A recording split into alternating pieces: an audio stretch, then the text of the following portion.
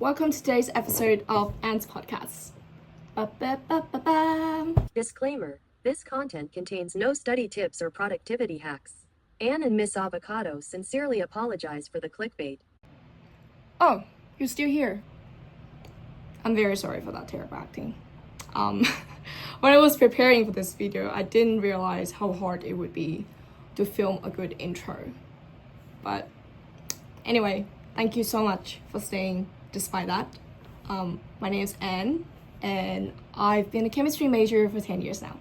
I heard my laptop screen show up well, but today is the 20th of March, which means that I'm officially turning 23. So, like every 2000 kid who grew up with Taylor Swift just playing on MTV 24/7, I used to think that 22 would be a very special age. And indeed it was. So the past 12 months have been the busiest of my life. I wrapped up my first long-term research project for my honors year, and I submitted my PhD applications, also received the outcomes. And just beyond that, there were so many non-academic events I had to navigate for the first time ever. And through all of that, I found myself gaining a lot of new perspectives. Not only as a scientist, but also as an adult, I guess. And so here it is. Here's everything I learned at 22. You know, when I was writing the script for this podcast, I kept going back and forth on where to put this part. Should I leave it until the end because how heavy it is? Because I didn't want, the whole video to feel just depressing. But after talking about it over and over again, I finally decided to put it first. Because I've actually been planning to start this podcast for a really long time now. Probably since the first year of undergrad.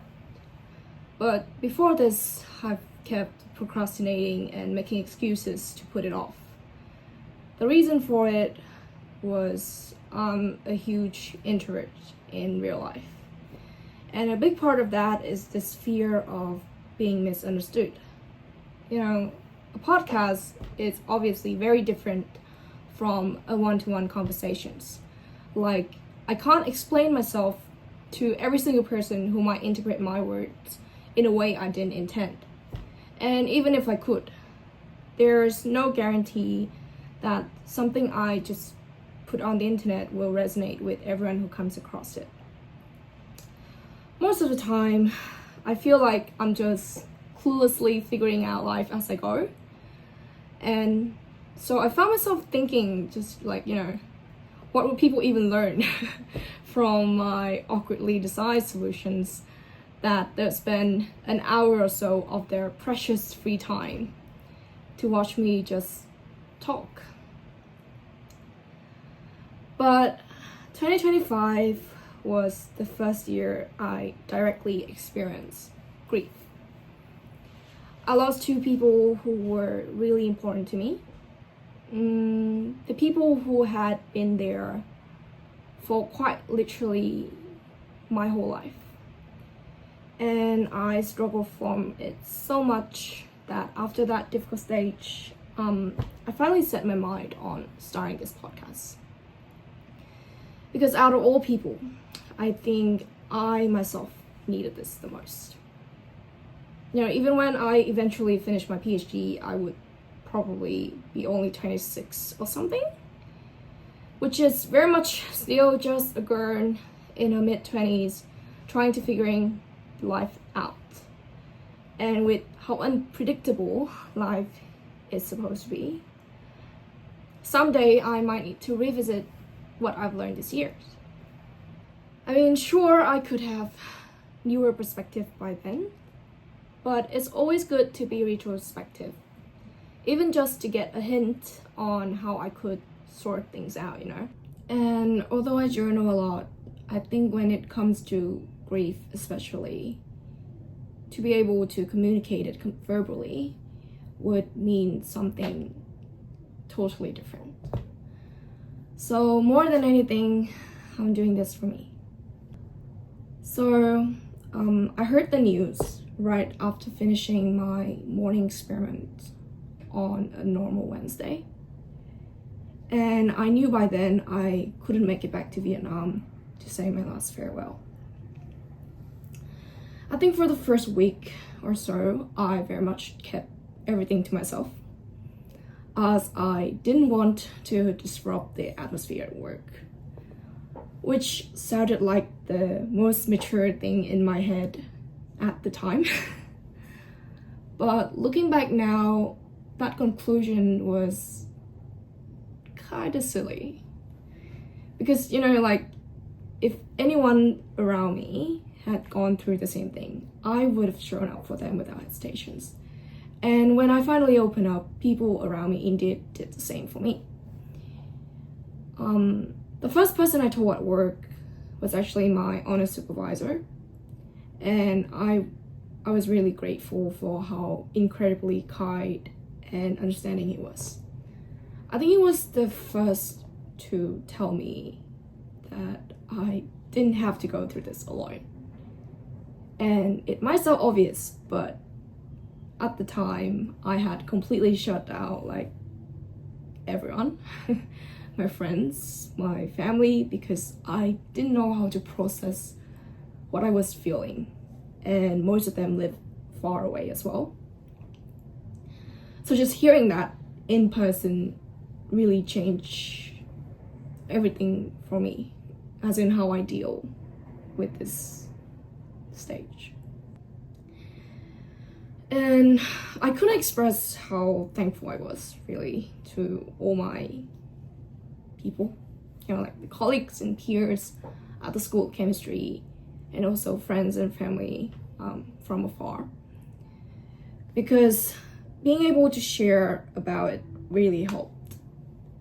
And as much as I'm so used to dealing with things on my own, I think grief is one of those experiences where having people you trust and are comfortable with around you would make a huge difference.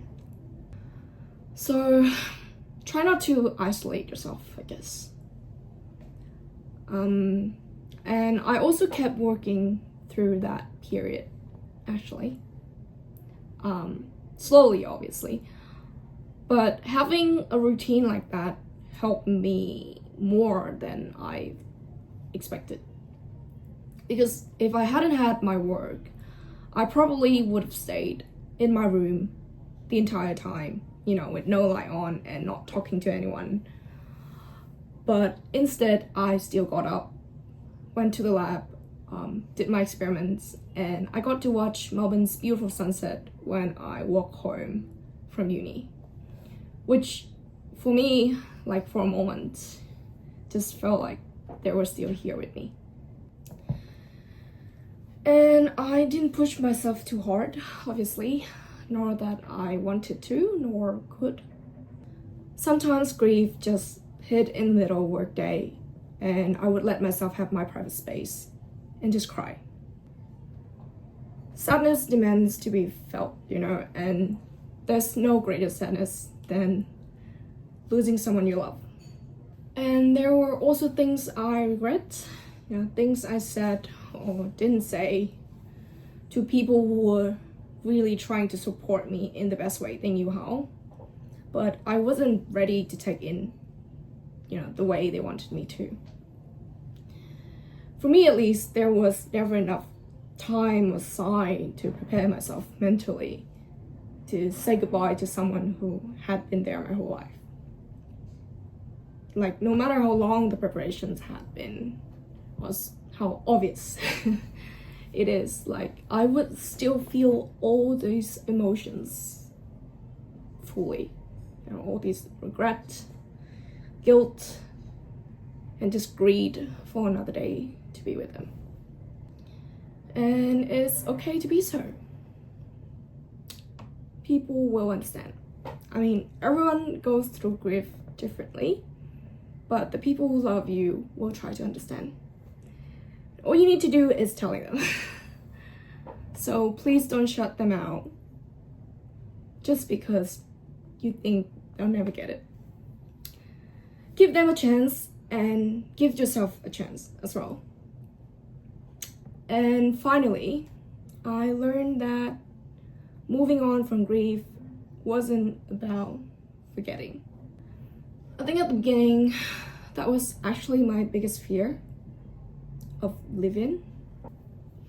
More than wanting to get rid of this heavy weight on my heart, I was so much more afraid that I would forget them.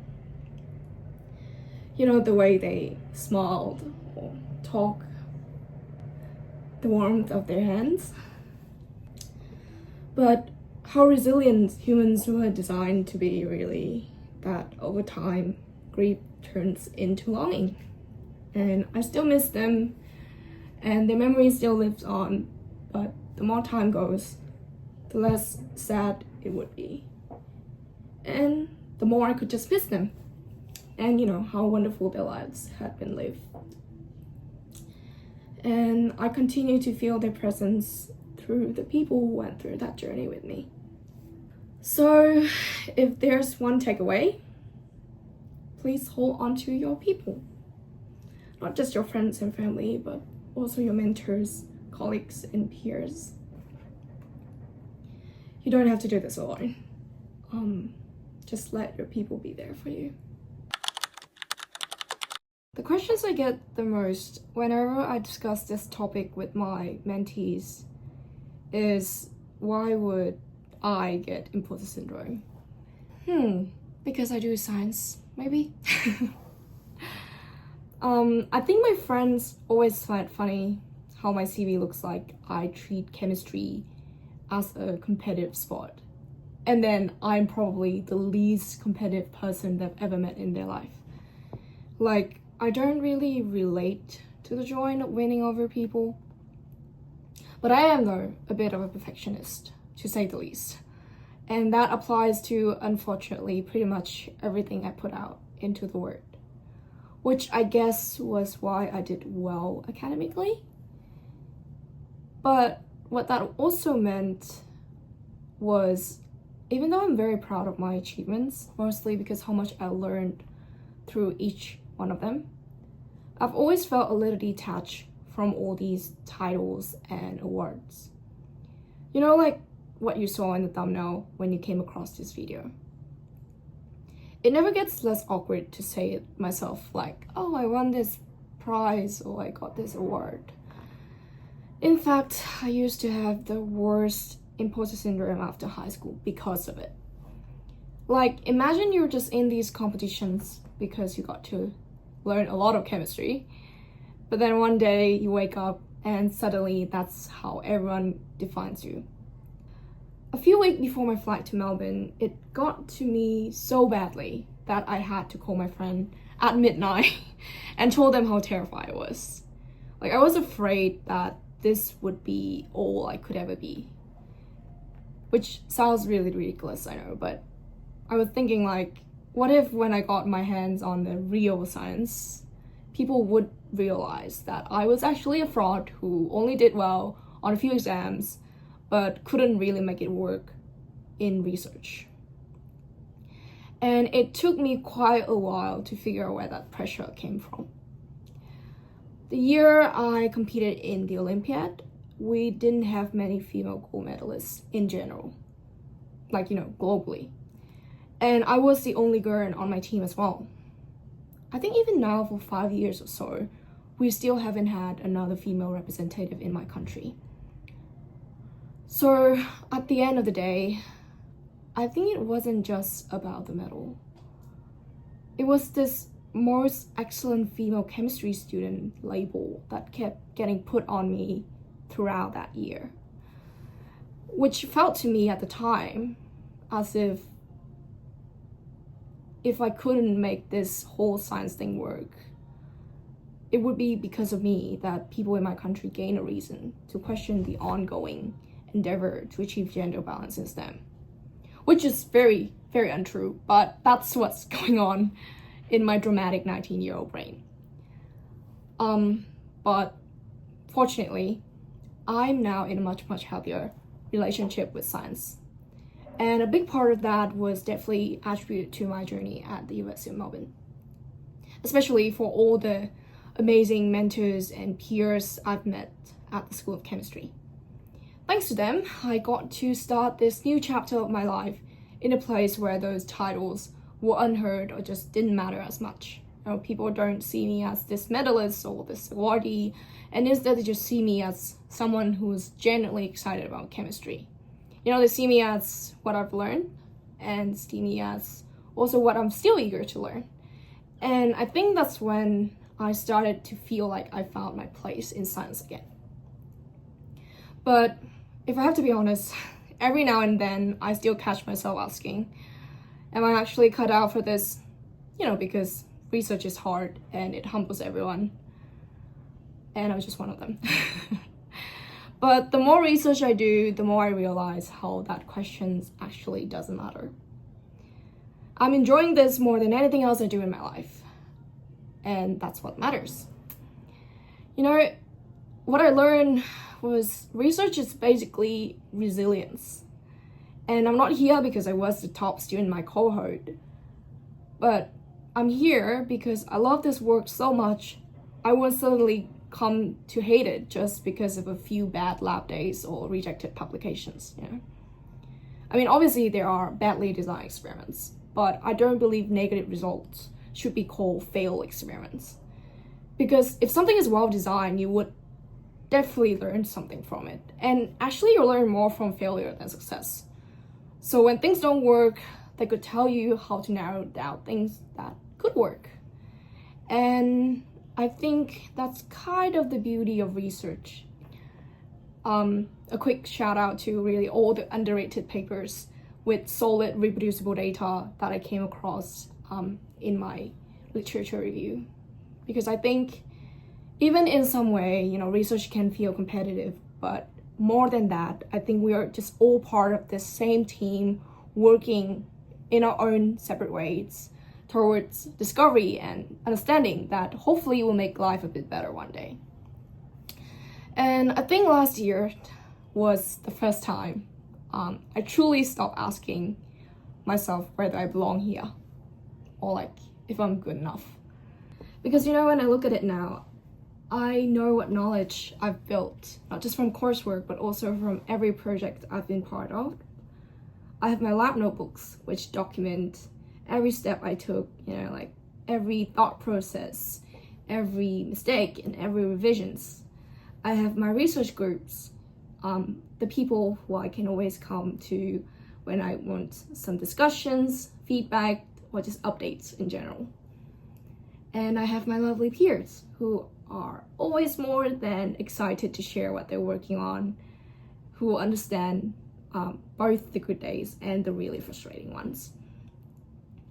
So when it comes to imposter syndrome, for whatever reason you're made to feel that way, I think it's really important to have those small but sure anchors to remind you that you have been showing up and you have been doing the work, and that's what matters. I guess what I was just trying to say is imposter syndrome can happen to anyone, and it doesn't mean that you're just slacking off, you know. It's maybe quite the opposite.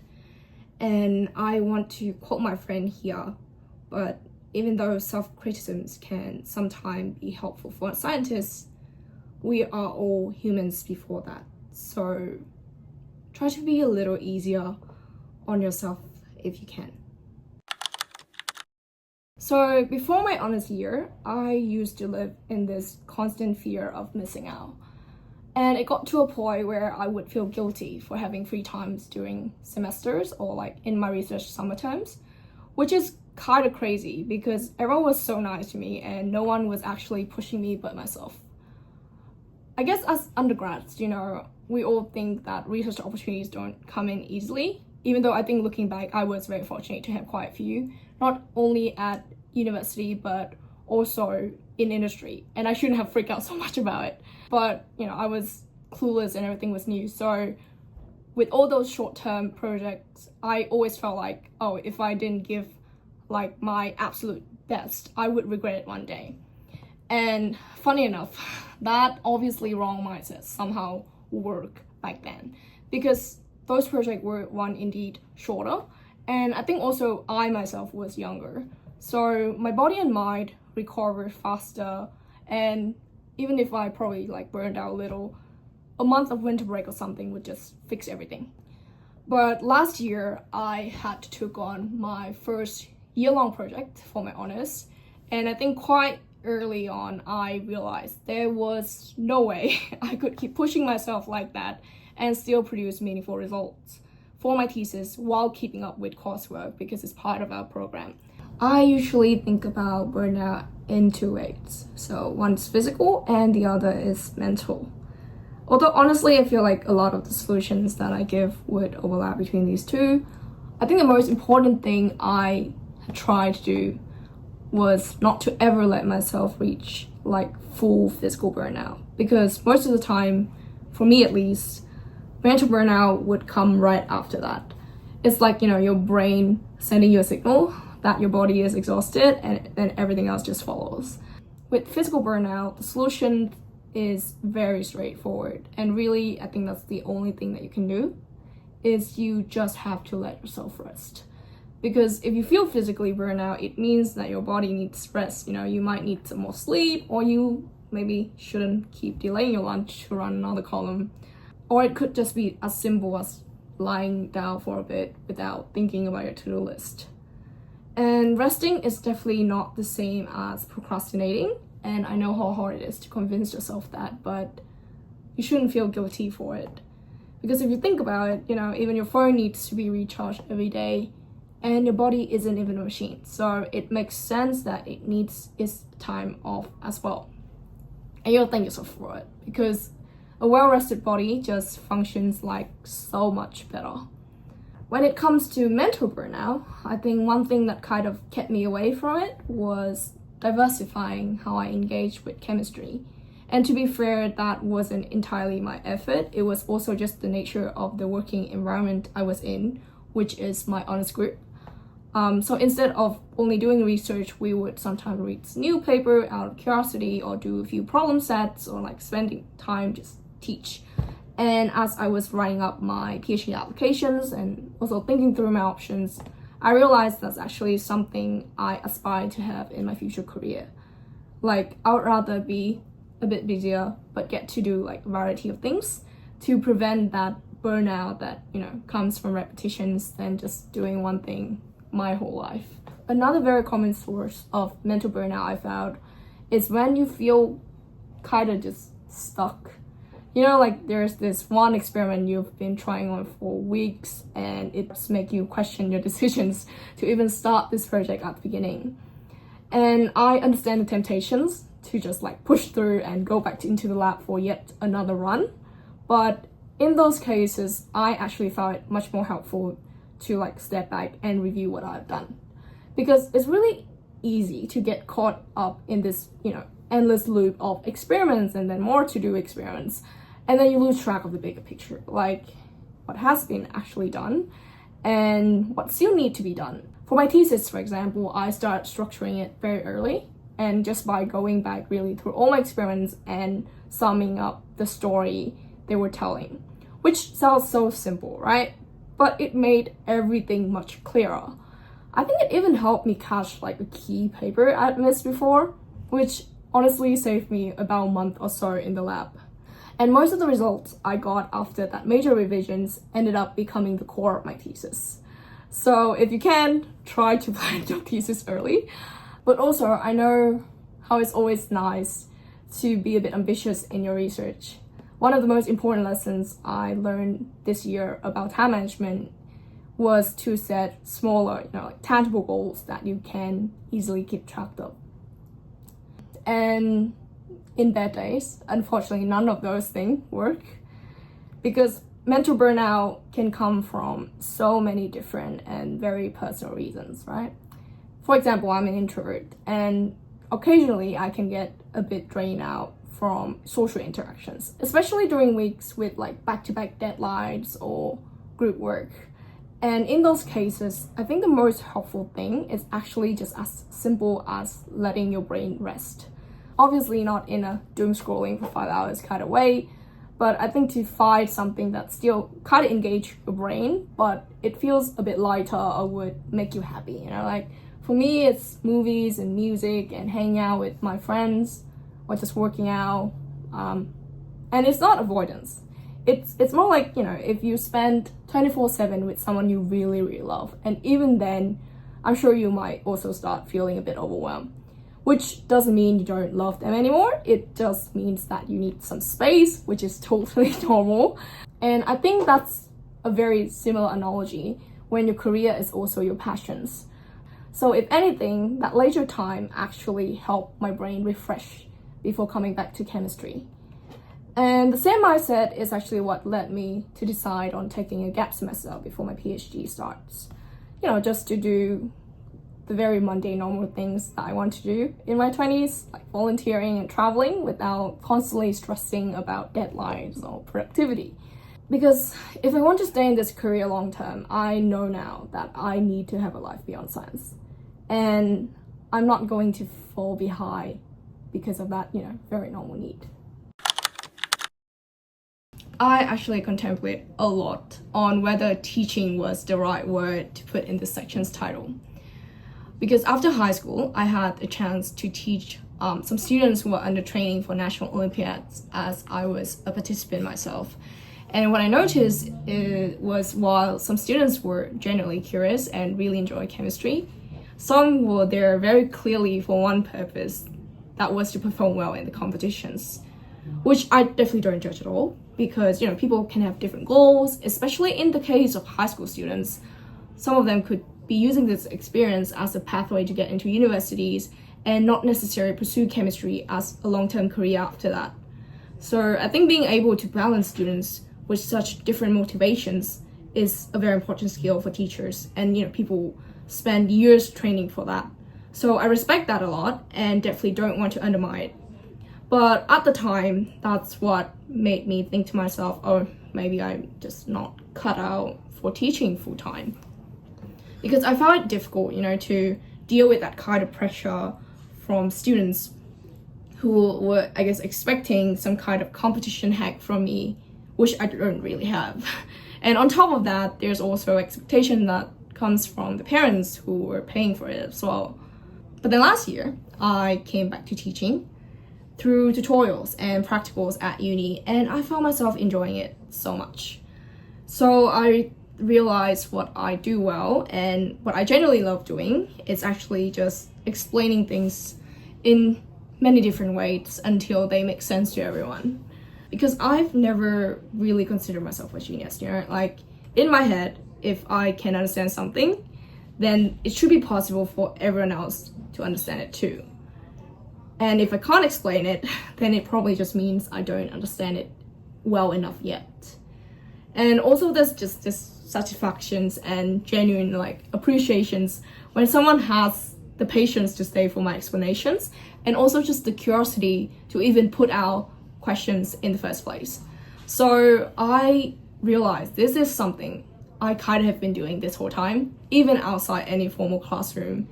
And I don't know if you call it teaching, but during exam revisions or when working through problem sets, we don't just compare answer. We actually try to talk through how we got there and then build our own ways of thinking through that discussions. And those conversations were honestly a big part of why I fell in love with chemistry at the start. And there's still a certain motivation that keeps me in the field. So during this gap semester, I wanted to share that experience with students in Hanoi. And that's how Summer Camp 2026 started.